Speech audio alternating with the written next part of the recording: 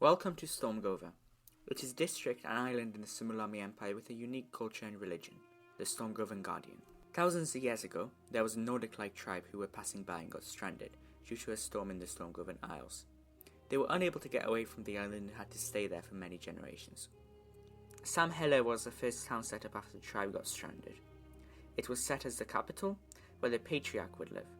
Over time, the town started to get taken back by nature as it was mostly abandoned. One day, an unnatural old man named Schmaker who had many similarities with the first patriarch appeared.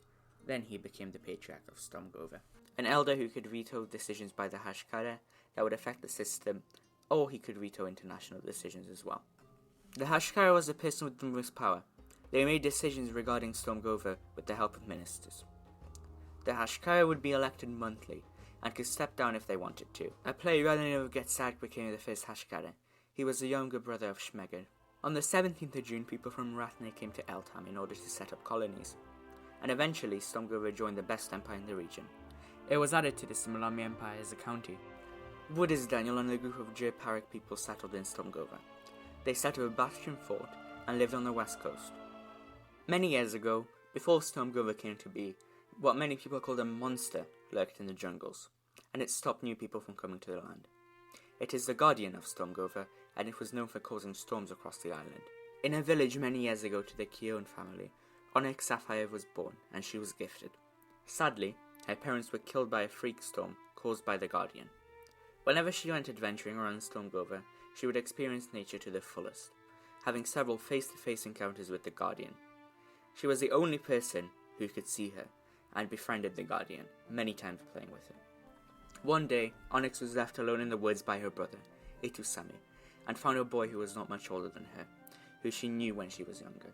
His name was SirsealX. She knew that the guardian led him to her, and they regained their connection. SirsealX was born in the very same village. He was the son of Birgir Hrafn, the last living member of House Hrafn. House Hrafn is just a newer name for House Svarkur, containing people like Schmaker. On one tragic evening after a flash of lightning, Onyx was caught in the rage of the Guardian, where she ran to the forest. She cried as she knew she would never see her loved ones again. At the end of the storm, only the fountain remained. Even the name of the village was forgotten in that storm. Onyx was always told and taught that the Guardian is loving, and just like after the death of her parents, she continued to love nature. Onyx and Seal headed south to the jungle where they founded Seal Cove, a new settlement on the coast. They got married in the following year. Onhrafin was their son, born a year after the founding of Seal Cove. He was sent away to learn about the world with Schmaker on his 5th birthday, only to return many years later.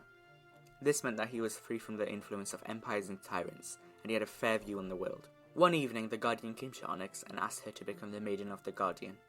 No one has ever been the Maiden before, so Onyx was confused, but she agreed so that no one else from her family would be taken from her. The Guardian passed on her powers to Onyx. Her hair changed colours and she was given a mask, which resembled a deer. Simulami was under the threat of war. Civil war. Schmaker declared Stormgova as neutral, because he didn't want any fighting to take place on Stormgovan land, and to stop Stormgovans from dying in a war that is completely unimportant for them. However, Stormgovans were able to volunteer if they wanted to fight on either.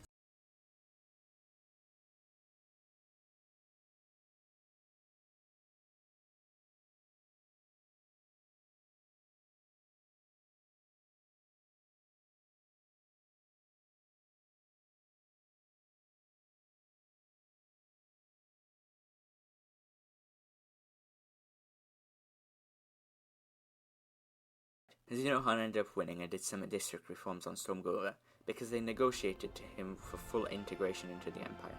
Schmaker stepped down as the Patriarch and went back to wandering the world. He made friends in the Empire and felt that there would be hope for his people once again. Gezak was a kind fellow, but many saw him as arbitrary and he rarely attended his duties. He spent much of his time gambling and drinking. Eventually, his ancestors' blood called to him and he stepped down as a Hashkara. He left Stormgova and adventured up north where he settled in the Confederation of Garceto. Another person named Eggman replaced him. He was the next Hashkara, but that wouldn't last for long. On the 23rd of September, Stormgova was fully integrated into the Empire, and fully joined the government system. This meant that there would be a royal regent and the country would be split into 2 districts, Veta and Notusa, while it remained a single county.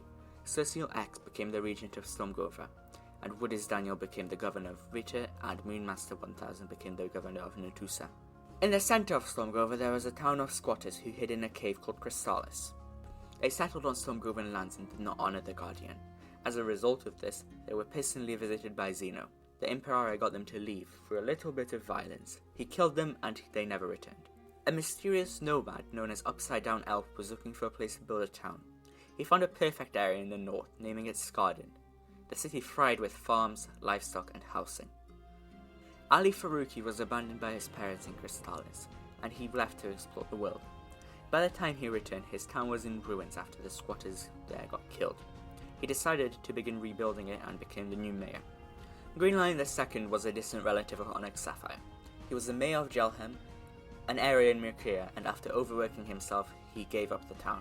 He headed to Stormgova, hoping to live a peaceful life, and he set up the town of New Jelhem. At first, it was a small village on the river, and over the months it grew.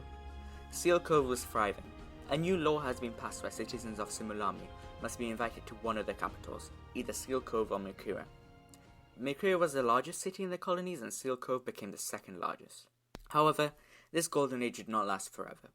The Victoria era of Simulami began after the disappearance of Graen Leila Escara, the regent at the time. She was replaced by Victoria Maestro, the daughter of the Emperor. She was cruel and oppressed religious freedom, banning everything except Solevia. Seal and Onyx attended a ceremony on the mainland in the town of Soleum, but it was cut short after they were sent away and almost executed for not being Solevia. This started threats between Stormgova and Simulami, where the Stormgovans wanted Victoria removed from power, or at least for her to allow Stormgovan beliefs about the Guardian in the colonies. One day, while SirsealX was preparing supplies and weapons for the war, he gets a letter saying, "No turning back now." His seal friend, who used to be with him all the time, died on that very evening. No one knows how it died. It remains a mystery to this very day, although now he has 2 seals to take care of. Green Lion II was murdered after attempting to ban banditing from the Empire. His efforts were unsuccessful, and his town needed new management. Luckily, he was close friends with Orn after going to the other side of the world together.